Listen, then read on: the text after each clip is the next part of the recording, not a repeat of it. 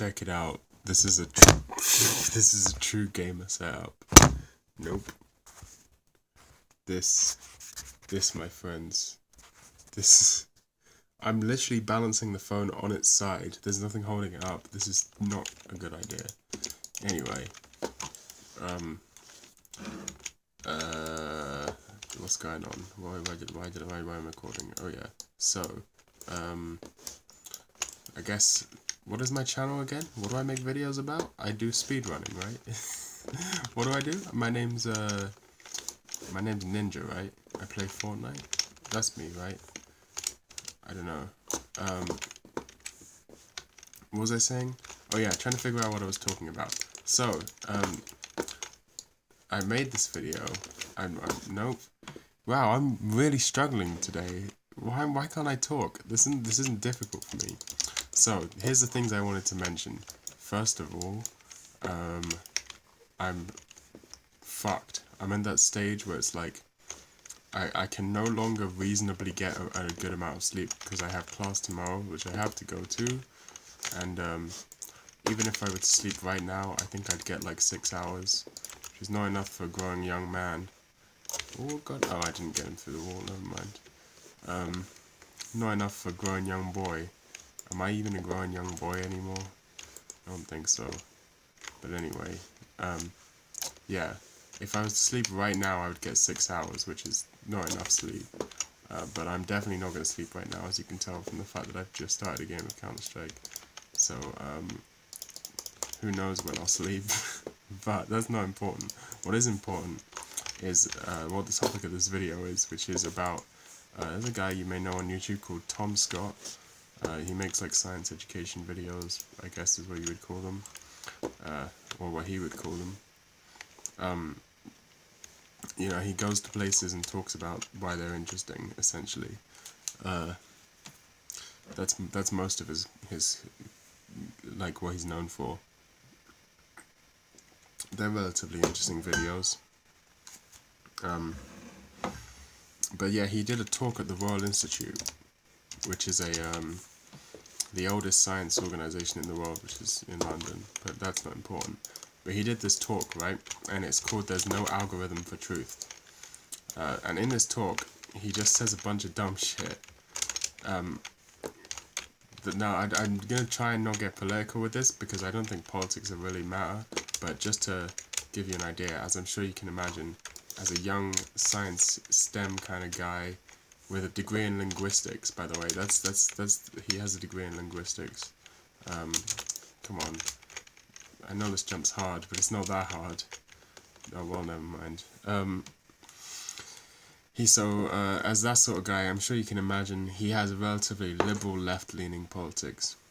Hello, team. What's going on? I'll take A. There you go. You gotta be very polite to people in Counter-Strike. That's how a lot of people complain that the Counter-Strike, everyone's toxic. But I think it's because they're toxic. Because in general, if you're nice to people, they'll be nice back. You know what, this was a really bad idea for a video format, because I cannot concentrate and play Counter-Strike at the same time. Especially when I'm popping off like this, holy shit. Okay, maybe not. Also, I imagine my keyboard sound is probably quite loud.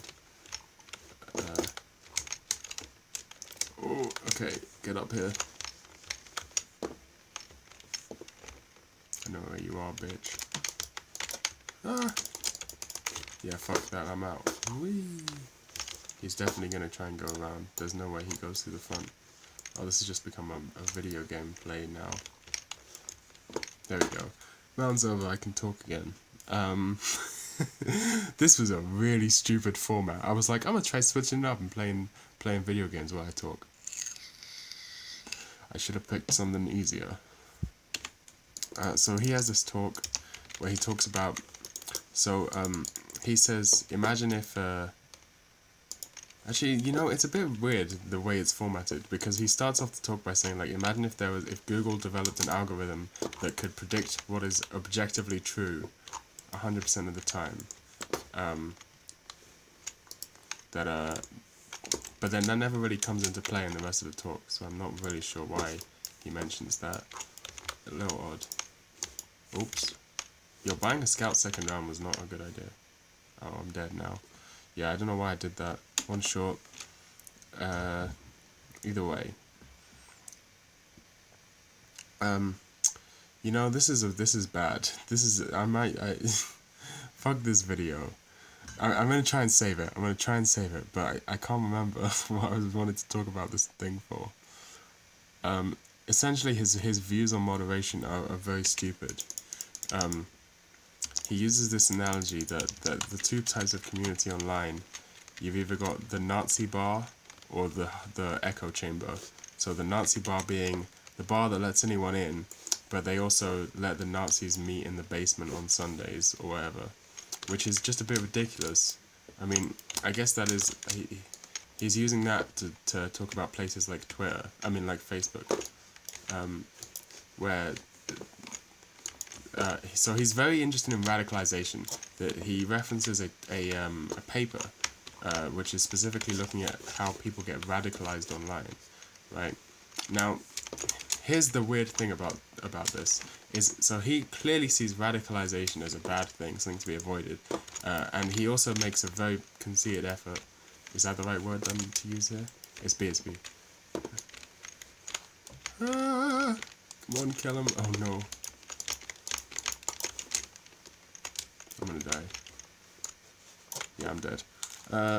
He uses the specific example, like he makes very careful to say left or right wing and stuff like that, but he's always talking about radicalization online and the way that you can watch like one video that's like about a relatively normal thing and then get led down a rabbit hole of conspiracy theories and what websites are doing to combat this, right? As if it's something that needs combating. But the thing that he doesn't realize is that he just sort of makes this assumption that anything radical is bad. It's kind of like the assumption that all conspiracy theories are false, you know, when there's lots of examples of conspiracy theories that turned out to be true. I don't want to get into that here, but oh shit, and my battery's running out. This is like the worst possible vlog this could have possibly been. Started off with nonsense for however long, and now my battery's running low and I'm probably not even going to finish this. It's probably going to die before I can finish the video. Oh man, I'm going to have to... Oh fuck, I hope it's A. Otherwise I'm fucked. Oh man.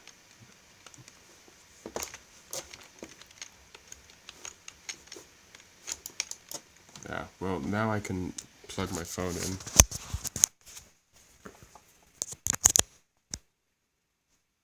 Come on, there we go. I'm gonna put it here, facing me, and my most... You know, I'm just gonna do this.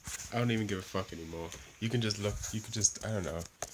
I'll just put you here. There you go. You don't care. You probably tapped over.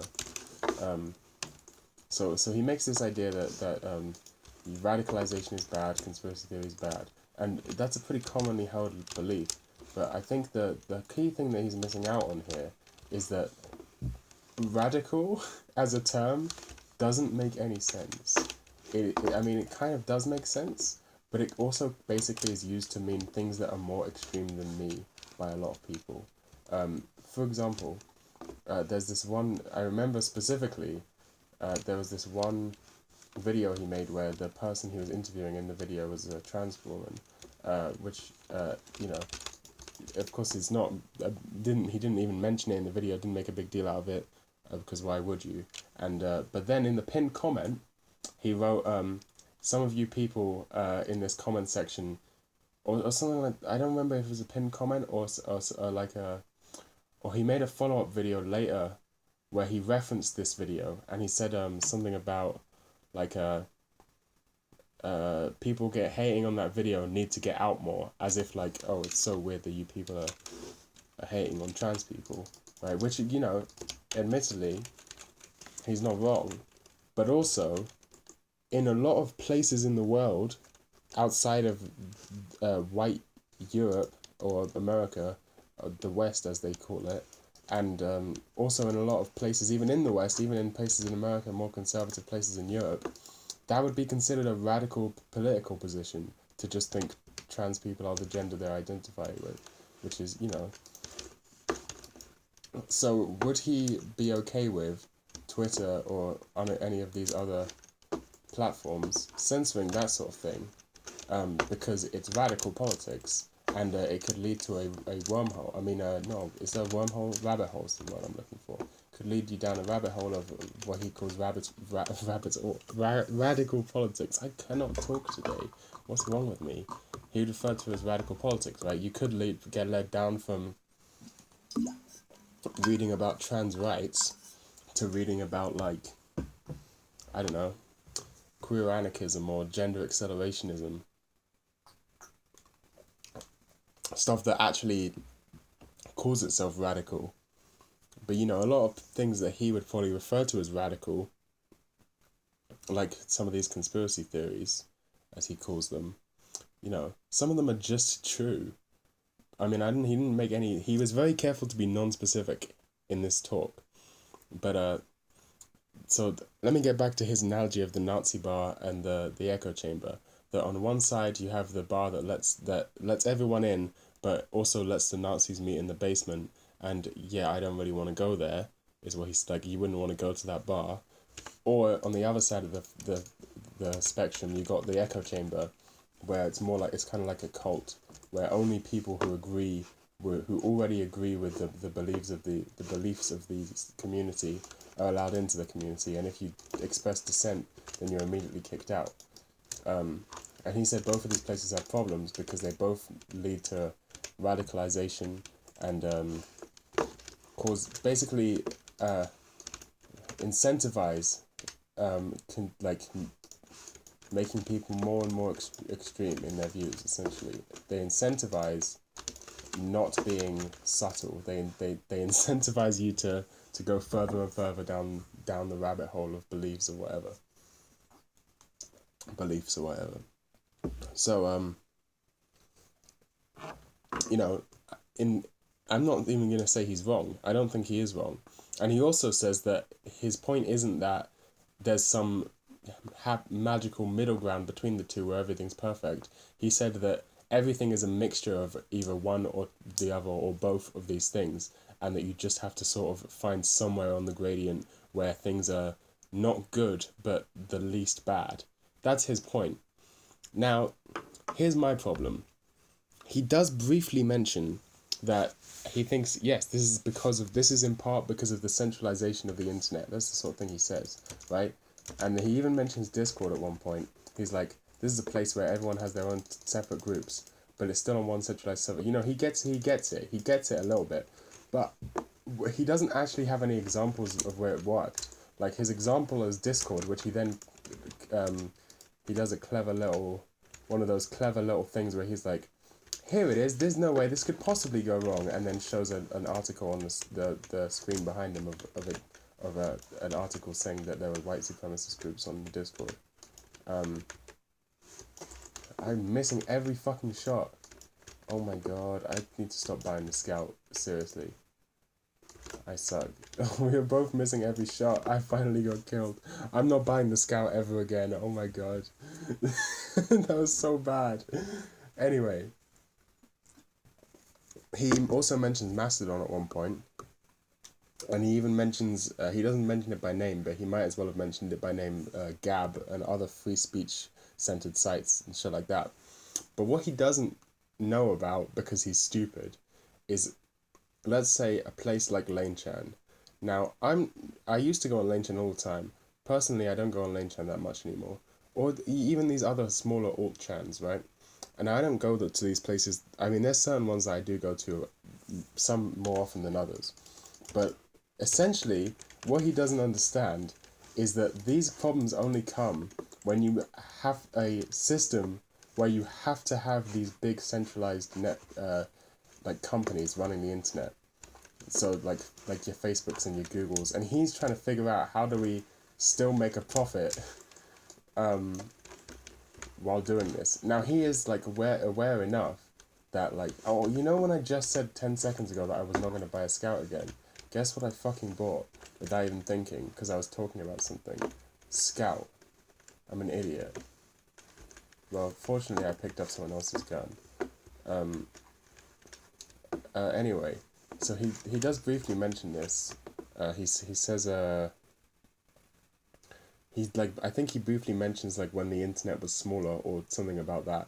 But so Lane Chan and a bunch of other smaller chans and websites and stuff that I won't name by name, but a lot of other places, secret little hidden spaces on the web where these things still exist. You just don't get this problem.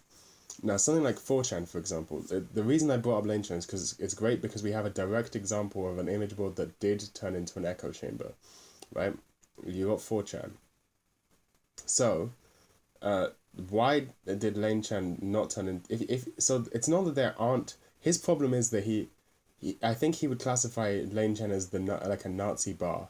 Oh, Reddit. This is the thing. He brings up Reddit. He says Reddit as an example of a place that was built on free speech and the sort of marketplace of ideas, and why that doesn't work because Nazis start invading the place, and then the people that don't want to see Nazis leave, so then only the people that are there are the people that are okay with Nazis being there, which is, to be honest, not wrong. And then he said that eventually they had to ban the Nazis, not because they didn't like them, but because they were affecting their profit margin, which, again, is not an unfair point. However, when I say Nazis, by the way, I'm both parodying him, and also he says he's specifically not talking about, oh, you call everyone you disagree with a Nazi. He's specifically talking about actual neo-Nazis, who were on Reddit for a long time. So, yeah. But the problem is it's fucking Reddit. And he, for some reason, believes that Reddit is the only way to do a meritocracy on the internet. When in reality, Reddit isn't a meritocracy, it never was. It's a lowest common denominatorocracy, where the post that appeals to the most people gets the most upvotes. Whereas an image board was designed in the opposite way, where it's the post that gets the most discussion that is bumped to the top, right? I just got an insane kill. It wasn't that insane, I'm overhyping myself a little.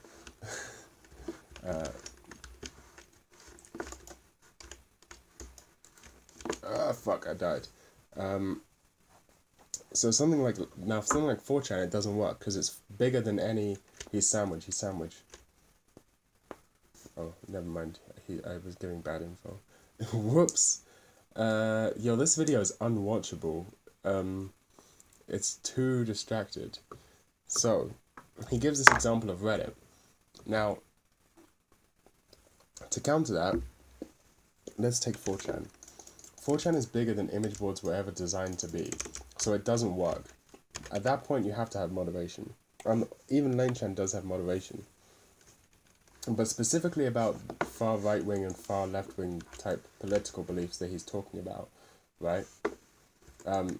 So on Lane Chan, there are Nazis. There are people and there are non-Nazi far-right people who are spreading their beliefs. But there's also enough of of people who are going to argue with them that you will never see a post. There was a time when you would, but you will never see a post that is like espousing some right-wing belief or espousing some left-wing belief and not see under it lots of replies of the other side or even various other sides. Oh fuck. Oh man, I'm gonna die, even though I just got an AWP. Oh no, this is bad. Oh, okay, it's not that bad. I survived in the end. Wow, that was amazing. Anyway, I mean, it was amazing that I didn't die. I really thought I was gonna die. I had 8 HP. So if you go on Lane Chan, if you're on 4chan, however, it became an echo chamber simply because it memed itself into being one. It thought, if we post a bunch of Nazi memes, it'll scare the normies off, and didn't think that people were stupid enough to take it seriously, right? Whereas Lane Chan is small enough where there is still dissenting opinions on their palace. So, even though someone like Tom Scott thinks it's unacceptable to even have these views seen, which is, this might seem a little libtard, but I do somewhat understand. I mean, even though I don't agree with him, I understand where he's coming from, because these people, they believe that those beliefs are so dangerous and so mimetic that they spread like a virus, and the only way to stop them is to absolutely ban them from being in existence because they're too powerful and too dangerous. That if someone starts reading, like, for example, if someone spreads like the despite making up 15% of the population meme, even though it's just a joke and everyone knows it's just a joke, it sets a precedent in your mind where you're like, is that true? Only 15% of the population do whatever, and they're whatever, and then you start looking deeper, and then next thing you know, you're going out lynching black people or whatever these people think, right? Which, you know, even though I don't think that's true, I do understand why they think it's true, because it seems like it's true. It can feel like it works that way, but I think it's mostly projection. That they are so used to seeing only memes they agree with. Like, for example, I know that statistic is bullshit. I know I'm gonna get called out in the comments for this if anyone even watches this far. But if in case you didn't know, that statistic is bullshit. And even if it wasn't, it's based. If it was, even if it was true, it would be based. But it's not true. So it's actually worse that it's not true. So something, yeah, mimetic ideas, something, that sort of thing. Now I know it might sound to you right now that I'm talking about something like the free marketplace of ideas, and obviously I'm not talking about that. I'm not a capitalist, as you well know if you're watching this channel by now. I don't believe in free markets being good for anything really. I just don't believe in a meritocracy for the internet. I believe in what's the word? Pleb filters and gatekeeping. That I literally don't really care that there's a bunch of dumb idiots espousing stupid ideas on websites like Facebook, because I don't fucking go on Facebook, and I don't really care that they're on Twitter because I don't fucking go on Twitter.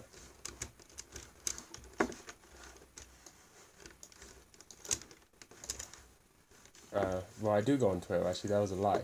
But I only follow people I care about on Twitter. And if I see an opinion I don't agree with on Twitter, I just think it's stupid. I don't really care.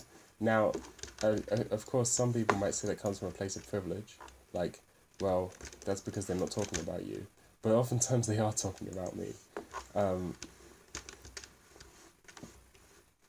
I think I just don't think anyone's helped by banning these people, because it spreads the idea that it's like, imagine if I know this is a bullshit quote, but it reminds me of the quote of if you want to know who's in charge, simply learn who you're not allowed to criticize, which is actually a recruiting tactic of the right wing. Like, we only get banned for saying the Jews run Hollywood or whatever, because the Jews run Hollywood and they don't want people to know, when in reality that would be a really stupid tactic, because everyone would figure it out instantly, right? But it plays into their hands if you're really trying to stop that sort of thing. And if you're right wing and you're trying to talk about how these platforms should allow, like Twitter should only allow full free speech. Well, firstly, I mean, I know this is a very common rebuttal, but Twitter's a private company. According to your beliefs, they can do whatever they want. Hold on, I'm trying to... Oh, mid. I'm missing every shot. Yeah, I'm out. One's mid. Oh, we won. So, even if you are like that and you think these places should be bastions of free speech, that's not true. Fuck the normies. It's very simple. Simply don't go there. If there's a place, right... Let's say I live in a city. Let's just hypothetical right now. Nothing to do with real life. Of course, there's no way this could ever be true. But let's say I lived in one of the most violent cities in Europe, in the world, in fact. Actually, that's not true. It's definitely not one of the most violent cities in the world. No, I said that. Let's say I lived in one of the most violent cities in Europe, and I knew there's certain areas that are dangerous to be in at night. Well, would it be cool if they weren't dangerous? Sure, but whining about it is not going to make a difference, because the reasons they're dangerous are things that are way out of my control, and things that the people who are in control have no incentive to fix. So instead, I just don't go to those areas at night, because that's stupid. Because I don't want to die, or I don't want to get robbed. It's very simple. Now, the other important thing that doesn't have an analogy in the real world is that this isn't the real world. This is the Wired. It's another dimension. It's another plane of existence, right? Go watch my videos, like all of my videos, but I don't know, there's fucking a billion. Moss, so I got loads. I got loads of them about this subject. Or just go watch Lane. The Wired is it doesn't operate on the same rules of reality as the real world, or the analog world, right? So, and one of the biggest things about it is that travel, there is no it's like having the ability to blink. You know blinking in like a video game, which means you can go to any place that you've already been or any place that you can see within eyesight. Everyone on the Wired has that ability because any place you know the URL to, you can go, or any place that, so that means any place you can see or any place that you've been to before and remember the URL to, you can go to. So in the Wired, everyone has the ability to blink, which completely, again, destroys these people's argument. Which, if to use the analogy of the real world, right? Let's say I live in, I don't know, let's say I'm like a refugee in a war zone, right? Now we're taking it a little extreme. Say I'm a refugee in a war zone. In the real world, it's very difficult to leave that war zone. If I'm like an innocent civilian in a war-torn country, or even just a poor country that I don't want to be in anymore, and I want to leave that country for somewhere more hospitable, then it's not easy, and also, like, you know, people are trying to stop you every time you go. I don't want to turn this into a refugee video, but you know, there's lots of problems with that sort of thing in the real world. Whereas on the Wired, if I'm in a place I don't want to be, I can simply go to another place with zero effort on my part and zero consequences for it. Which completely changes this relationship, because if I'm on Twitter and I see someone who annoys me, I mean, there's the block button, but in my humble opinion, blocking anyone who isn't a corporation or a blue check mark is essentially admitting defeat. I think it's okay to block blue check marks because they are essentially extensions of Twitter's corporate power, and it's obviously okay to block corporations because you don't want that shit in your feed. That's they're just trying to serve you ads they're just trying to pummel advertising into your brain. But blocking a normal person, an amateur, a verified amateur, those are that is admitting defeat. It's much simpler to simply either just not pay attention to them, which is something you can do because they're not shouting in your face, or to simply go to a different website. But guess what? You paying attention to these people you disagree with, or you going to you not paying attention to these people you disagree with. If you were to see, I don't know, let's say you're I don't fucking know. Let's say you're a left-wing liberal type, and you don't like Ben Shapiro, and for some reason Ben Shapiro a Ben Shapiro tweet shows up in your feed, and he says something really dumb. He says something very obviously wrong, right? Twitter profits when you say, I'm going to reply to this tweet with the correction. That is good for Twitter. So of course they want to create a website where that is incentivized, right? Now let's say you see that tweet and you're like, you know, all I do on this website is get angry. Fuck this, I'm deleting my Twitter account. That would be bad for Twitter's business as well. Or even if you were to just say, or even YouTube is maybe even a better example. Let's say you were to be presented with a Jordan Peterson YouTube video, and you were like, this guy's fucking stupid, I'm gonna go somewhere else. That would be bad for YouTube's bottom line. So their entire platform is designed to keep you both angry and on the website for as long as possible, so they can advertise to you and take your data as much as possible. So you're basically playing into their hands. And the problem comes with this is that it all stems from monetization. All these platforms that are designed to be monetized, really. Now, there's some platforms that couldn't exist without monetization, but there's like for now at least, there's a balance to be struck. But a lot of people, you know, I know this is partly rose-tinted spectacles, and also I know I wasn't there. I was too young and not online at the time. But a lot of people really liked the old days of the internet. Oh man, I wish we could go back to the old days of the internet when everyone was on forums and shit. Guess what? No one was making money back then. The reason it was good is because it was all for passion. Now, even just from, I mean, I know this doesn't happen anymore, but even if you just make good tweets, you could get a book deal out of it. You know, everything is manufactured for profit. And this is may seem like a pretty boring, like hippie anti-capitalist or whatever, but it is true. When you look at it, a lot of the things that are wrong with the internet come from it being monetized.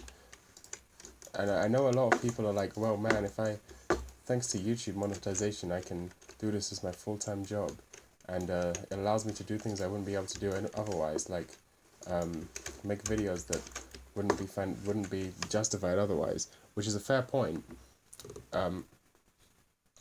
But there has to be, like, I feel like it would be worth losing a Mr. Beast. I feel like it'd be worth losing a Mr. Beast. And also, the great thing about these online platforms is that the people who run them, the corporations who run them, they don't actually know, thank you very much, they don't actually know how the internet works. They don't have this esoteric wisdom that we've gained from watching Serial Experiments Lane, me and you enlightened people. They don't have that. They don't have the perspective. They just see it as a money-making machine. So they can't account for people like who just upload things with absolutely no intention of making money. Now, in this talk, Tom Scott says that YouTube has 500 hours of content uploaded every minute.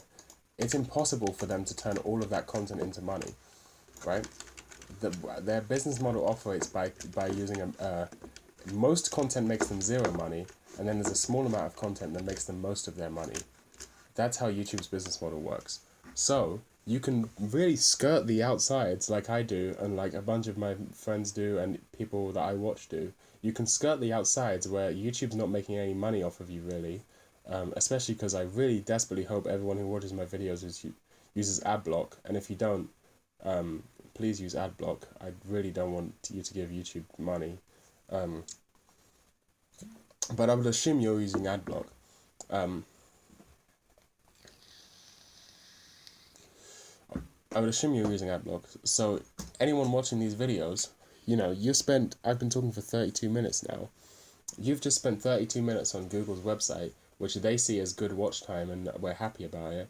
But they haven't made a single penny off of you, right? The least they can do is make maybe like nothing, like a very, very small amount by selling your data. And I hope you have a hardened browser and shit like that. But even if you don't, that's not data that they don't already have. At this point, there's actually so you know that all these companies we all hear this, they all make their money by selling your data. That's what everyone says, right? Well, it turns out that as time goes by, data is just less and less valuable because people's data is just already out there, and there's the only thing they can do is really wait for the occasional new person to show up on the internet, right? Young people, old people. But in most cases, your data and my data, who've been on the internet for a while now, I'm assuming, our data is just already out there. It's like almost 100%. Your data, like most of the stuff that can be known about you and is useful to sell you advertisements, is known about you. And there's also a lot of people have personalized ads turned off, which means that even if they did have that data, it's useless and therefore worthless. So there's various other techniques that people are using. You may have noticed a lot of websites have been asking for your phone number recently, and that's because one of the problems that this profit model has, which doesn't account for how the internet works, is that on the internet, individuals don't really exist in the same way. You can have a completely different persona on different websites. In fact, you can even have different personas on the same website, which doesn't make any sense if you're trying to sell ads to a human individual, because their Y itself doesn't have the same singular individuality. So therefore, they say, well, what's this one piece of connecting information we can take on everyone? Their phone number, because if you have the same phone number whenever you count. So firstly, at this point, it gets a little trickier, because it's no longer about making a new username and password, or maybe using Tor or VPN or something. Now it's about actually spending 10 quid on a burner phone or something, which is an effort that most people won't be willing to do. Even those who are into, like, consider themselves minorly into security or minorly into separating their identity, going out and buying a burner phone is that's like a never step up. So most people will just use the same phone number for everything, and a lot of these websites, they don't allow it. They used to be not smart about this shit. They used to just be like, put your phone number and you can put any fucking thing in. But nowadays they send you a text to make sure that it's actually your phone number. And also email is another way they do this. That they make you verify your email address, because most people have the same, they use either one or maybe a couple of email addresses for the same sites. So this isn't, but eventually it just becomes worse, because worse for them. They can only think in the terms of short-term profits. This is just a boom, and there's going to be a bust. The boom in personal data right now. Because, I mean, it's true that they can just scoop more and more specific data off of people, but as you get, what I think a lot of the people who are analysing this don't realise is that the more specific data you have on someone is actually not, like, it gets less useful the more specific it is. Like, it's only, if you have something like this person's general demographics, like their age, almost every marketing campaign is targeting a specific age demographic. But, say it's something like, really specific, like this person likes cuttlefish. There's not many marketing campaigns that are going to be willing to pay for that information. And once you've got people's identities all connected with their phone numbers or emails and shit, eventually the only information that's going to be, now I can buy analytics from Twitter, and I can buy analytics from Tencent or whatever, and I can be like, okay, this person has the same phone number, it's the same person, right? I already know the information about them from these two websites. I'm not going to pay this other website for information about them because I already have their information. At some point, if that happens to enough people, as it is currently doing, then this information is going to cost less, and it's going to be worth less and less. Just like how ads on the internet were at first worth a lot of money, and eventually they became worth less and less and less. Oh, I don't want to take the phone. Someone else should take it.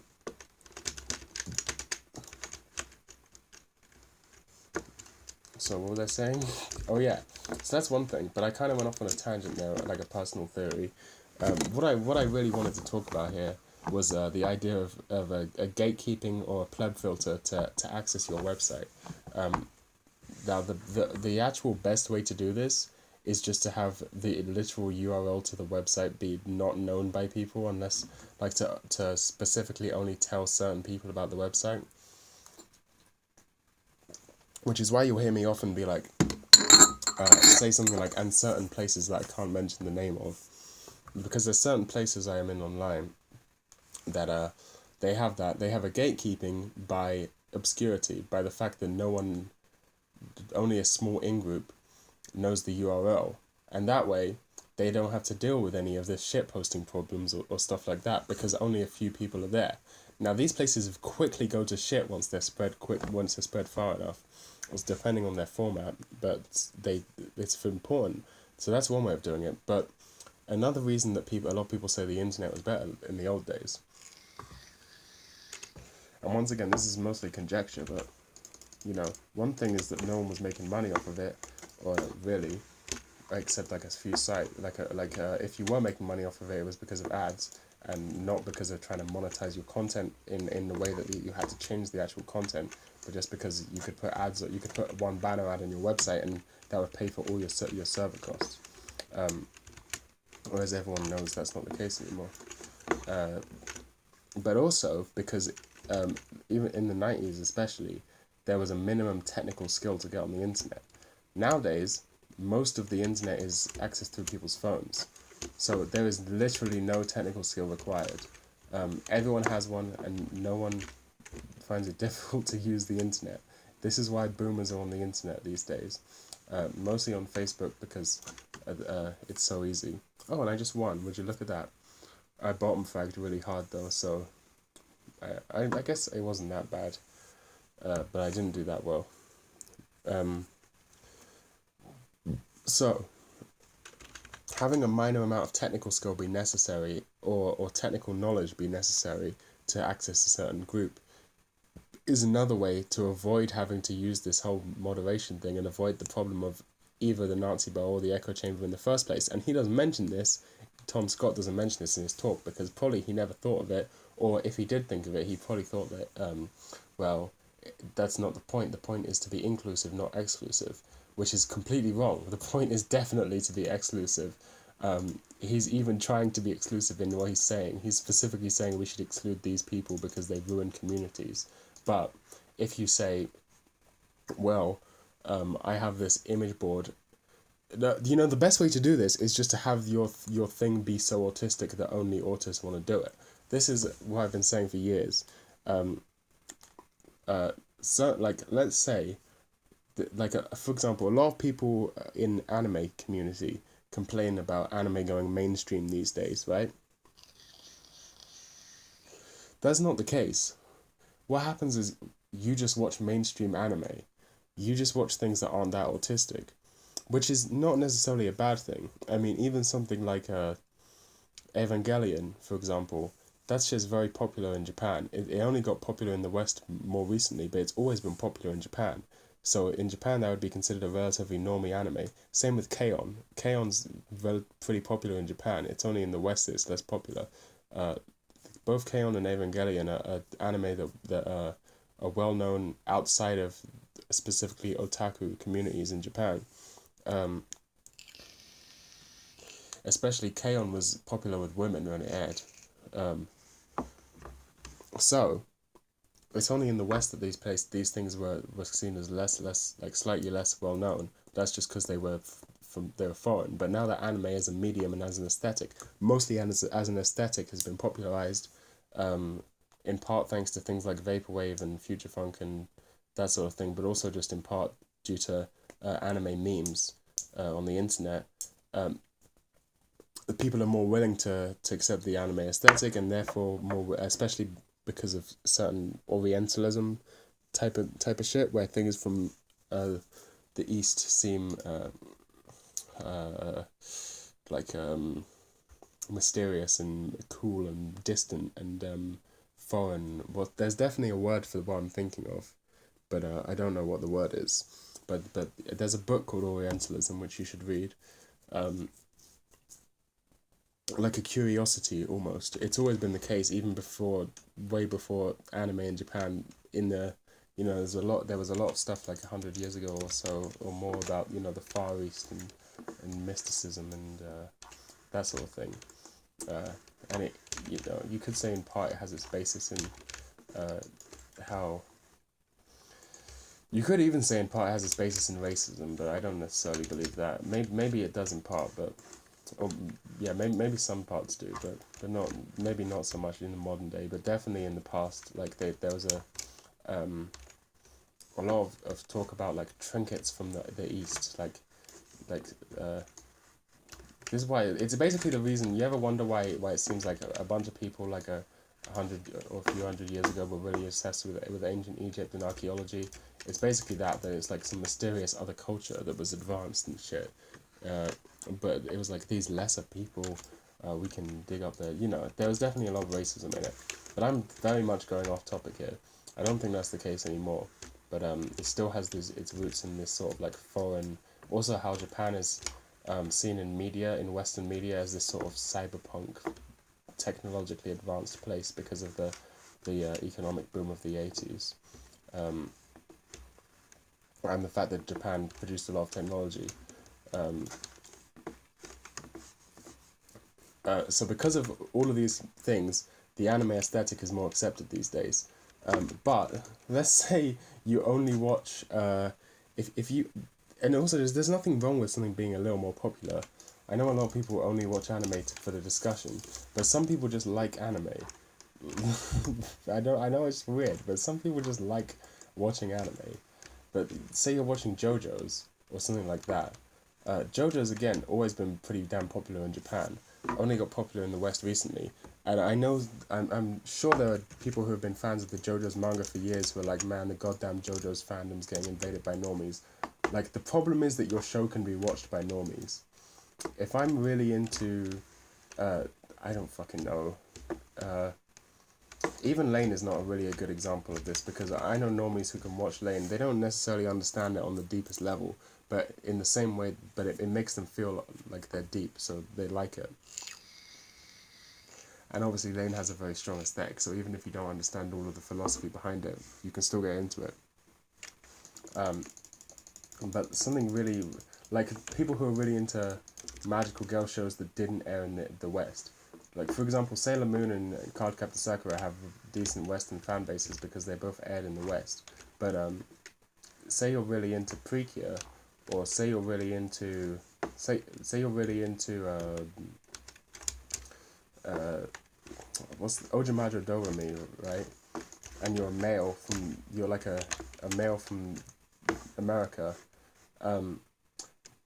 just due to the fact that it's marketed and presented as a show for young children, is immediately anyone who's into that show, that fandom can't be invaded by normies. And it gets even, like, you can get even more autistic than that. Like, that's even, let's say something that's just a really, really specific thing. Like, I've been watching Horizon in the Middle of Nowhere. There is no way the Horizon in the Middle of Nowhere fan base is going to get invaded by normies, because the show is incomprehensible. It's impossible for someone who isn't already autistic to understand that shit. So if you're worried about your hobby getting invaded by normies, it's simply because your hobby isn't autistic enough. My favorite example of this is people who are really into trains, right? I've always said that people who are really into trains, like train otaku, are the ultimate form of otaku, because trains are basically real life Gundams, but they're actually useful, and they're very interesting, they're fascinating. Americans will never understand because America has a very shitty train infrastructure, but my little brother was really into trains as a young kid, and I'm kind of sad that I never appreciated them. He was a lot into like heritage and old trains, whereas I'm more interested in modern trains. But I'm not really. I have I'm not a train spotter or anything like that. Like, I know nothing about trains, and but I really respect those who do, because there is no way that you're gonna get a bunch of normies invading the train fandom. In like, no one's gonna go out of their way to learn a lot about trains just to be part of this community that they think looks cool from the outside. Whereas it's not that difficult to watch One Punch Man and Dragon Ball as your kid, or like if you watch Dragon Ball as a kid and you're like, that's cool, and then you watch One Punch Man and Death Note and you're like, yes, I'm into anime now. And then you can come into the group discussions. That shit's easy. You have to make it so that no one who isn't already going to be into it is into it. And this is what baffles me about anime, and why I'm really bad at recommending shit to people. Because as you well know, if you're a Deep Lore No Thank You fan, the first anime I ever watched was Love, Chunibyo and Other Delusions, which is a Kyoto animation show. It's not like super, super obscure, like it's pretty well known, but it's very much anime. It's not like most people, they say like, you should watch Cowboy Bebop as your first anime, which, I mean, I have nothing against Cowboy Bebop, it's great, but it's not like anime. It's like Western films. Whereas I watched, or something like, a lot of people got introduced to anime through things like Death Note and Sword Art Online and Fullmetal Alchemist, which are very pulling their punches, mass appeal type of shows. Whereas Love, Chunibyo and Other Delusions is very much an otaku oriented show. And because that was the first show I watched, I'm like, okay, this is what anime is like. By the way, if you haven't seen Love, Chunibyo and Other Delusions, let's just say it's a romance where the conclusion, like the final scene of the romance, is that the main characters hold hands in the first season. That's the most, like, the climax is that they hold hands. It's that slow and that, like, blue balling. And it's also about Chunibyo, which is like it has a Japanese word in the title that is a specifically otaku word, meaning people who are basically LARPers, those who like get really. Just watch the show; it's pretty good. It's not that great, but it's pretty good.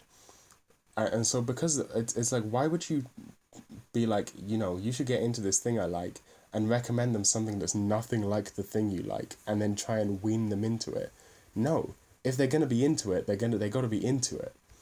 Even something that's quite like, I know Hidamari Sketch isn't exactly the most autistic show ever made, but it's one of my favorite shows, and I have no fear. I have no fear that a bunch of Dragon Ball fans are gonna suddenly get really into Hidamari Sketch and start spreading shitty memes about it, because you have to be very into the anime bits of anime. You have to be very into cute girls doing cute things to care about Hidamari Sketch at all. And that's why this moderation thing that Tom Scott talks about misses the point. Because, sure, you need moderation because you're a fucking normie. You don't understand the internet. You think the internet is Twitter and Google and Facebook. Whereas I know that is what Nix refers to in her paper or essay or talk or whatever you want to call it, Hello from the Wired, as meta meat space. It's essentially just an extension of meat space that exists in the Wired. It's a corporate space made for people to socialize in like a very general and very clean and very brand safe way. It doesn't operate as functionally a part of the Wired. It operates functionally as an extension to meat space, which is, that's your problem. You people can deal with that on your own. But I'm over here on my Mongolian carpet weaving forums, and I don't have to worry about any of that shit. This is like 4chan got invaded because 4chan was too easy. 4chan was too much of an easy target for underage people, for Redditors, and for Nazis or extreme what are they called, Stormfront users. It was too much of an easy target, and that's not because 4chan needed stricter borders or anything. It's because 4chan had become too normified, right? The main boards, you could talk on V or A. When 4chan started, just being into video games was at least slightly weird. It wasn't like no one was into video games, but it was at least made you slightly different from the main social groups. Whereas now, every fucking normie in the world is into video games. Right, that doesn't make you special at all that you're a gamer. It even became a meme, like identifying as a gamer is cringe. But something like I don't know, there's a fucking board. It's been a long time. I don't know, something like Co. Actually, Co is now gone. Something like C, right? C is literally just about posting cute anime girls. There is nothing normie about that. And so you don't see shitty posts on it. I mean, it's 4chan. There's the occasional shit post, but in general, it's a great. It fulfills its function as a board perfectly fine because it's uninvadable, or something like what's that one? Is it called Toy? Is that what it's called? 4chan.org/toy. Is that what it's called? Yeah. There's no way Toy is getting invaded. I've never been on that board, which it goes to show, because I don't have that type of autism. If you're on the 4chan.org page with just the board list, no one is going to see the list of the board that's just about discussing toys and think, yes, I'm going to go there, unless they're already the type of autist that is into discussing toys with other autists. So, an image board that's all about something very specific like that is not going to get invaded. You just have to be more autistic. As is usually the solution to things, the problem is that you're not autistic enough. Tom Scott, your problem is you're not autistic enough. And if you think the internet should be for everyone, well, enjoy your internet for everyone, because I'm going to be over here in my internet for autists, made by autists for autists, and I'm going to be having fun. And you're going to be stuck there, either struggling to make ends meet on meta meat space without subverting it in any way, and pretending to be some sort of leftist while your very life is dedicated to making money for Google, or you're gonna, you have no choice. You're fucked either way, Tom Scott, and you're fucked, all of you. Have you noticed that I have been very careful to justify my presence in this space? I've been very careful to be like, I'm subverting YouTube. In reality, even though I'm not doing much, I'm probably not worth, my idea is hopefully to to cost Google more in server space than I make for them, which I'm pretty damn sure I do. I'm pretty sure that is the case. But their business model accounts for that. So I'm not sitting here pretending that my videos are doing any damage to Google's ecosystem. I'm not going to pretend that I'm some sort of cyberpunk hacker. But what I am saying is that you don't, like, these sites are broken in design. The problem isn't that they don't have strong enough moderation or something like that. The problem is that they are what they are. The problem is they're designed to be mass market money machines. And in that way, it's very possible to subvert them. For example, some of the best content I see on the internet is actually on Twitter and not on any of these obscure forums and image boards and video hosting websites and all other shit that I visit, and BBSs and text boards and telnets and all that shit. Some of the best content on the internet is on Twitter. Like, some of the stuff that I find most interesting and most intellectually stimulating is some of the people I follow on Twitter. Like, it was just weird shit.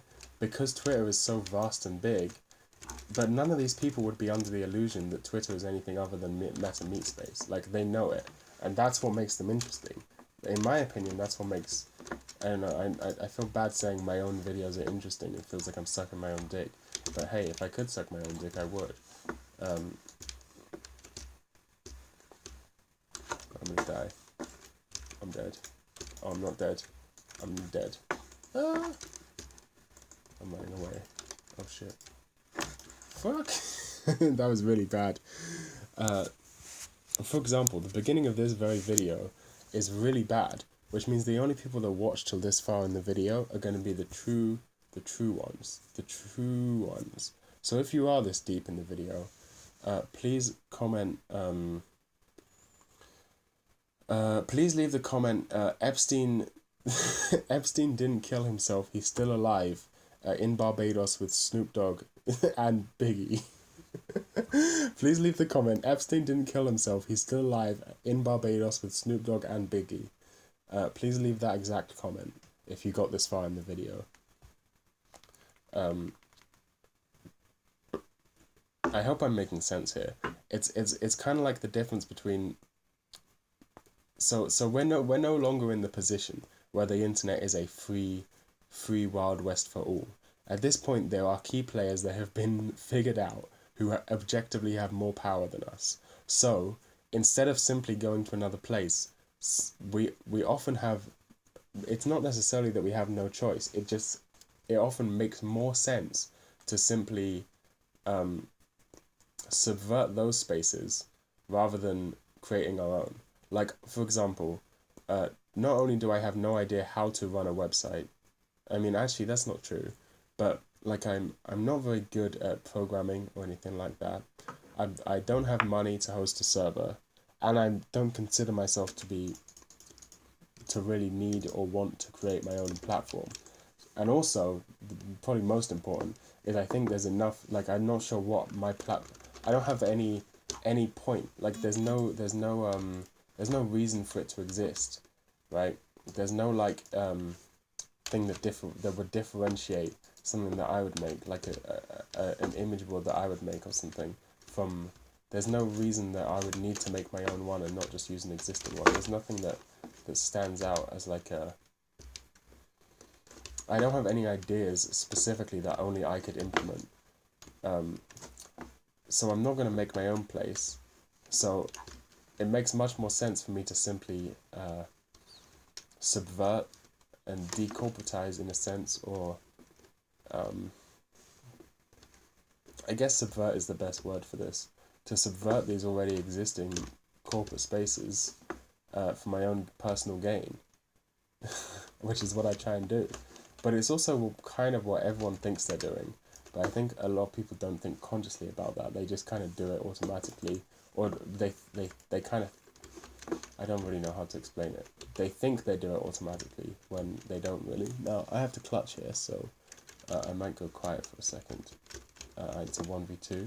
I have the bomb planted. I have a P90. One of them has an AWP, and I'm probably about to die. I think that was a fake. I'm gonna die. And I'm dead. I actually saw another guy. Yeah, that was a really bad clutch. I could have done a lot better there. Oh, it looks like we won the round anyway.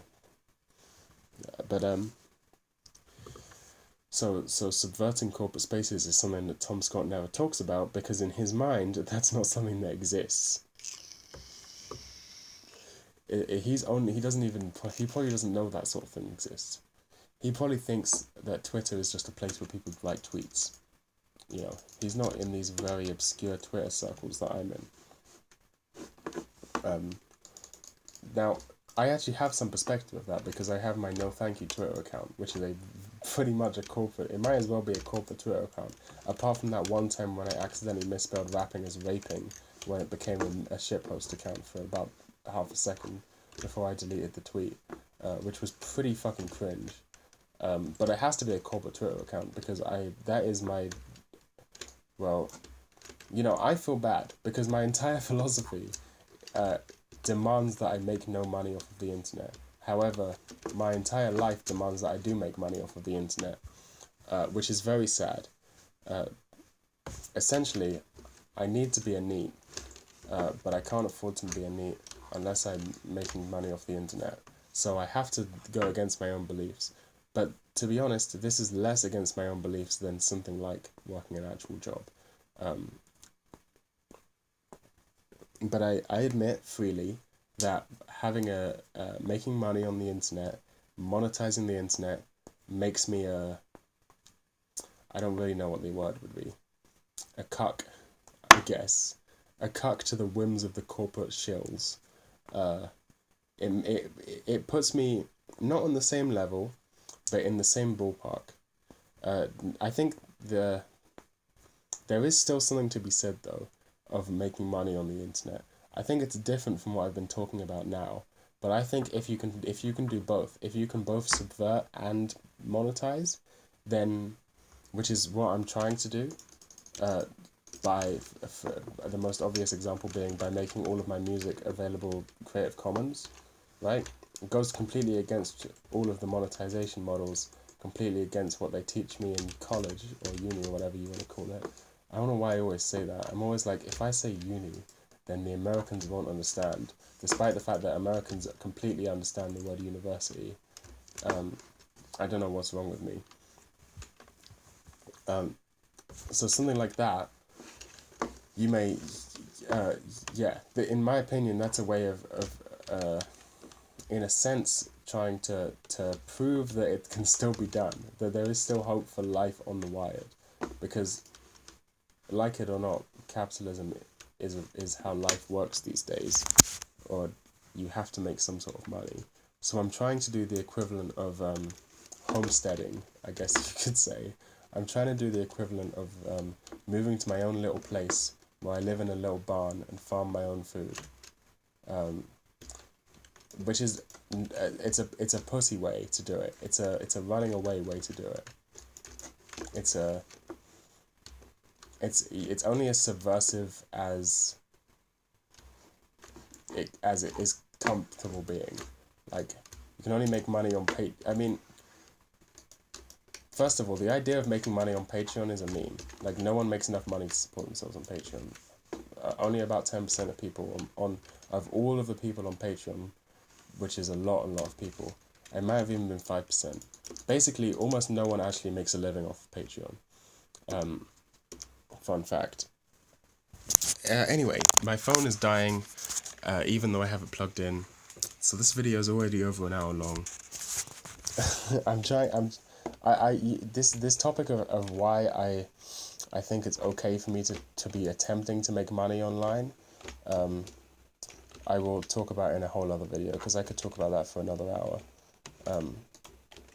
So yeah, that's the end of this.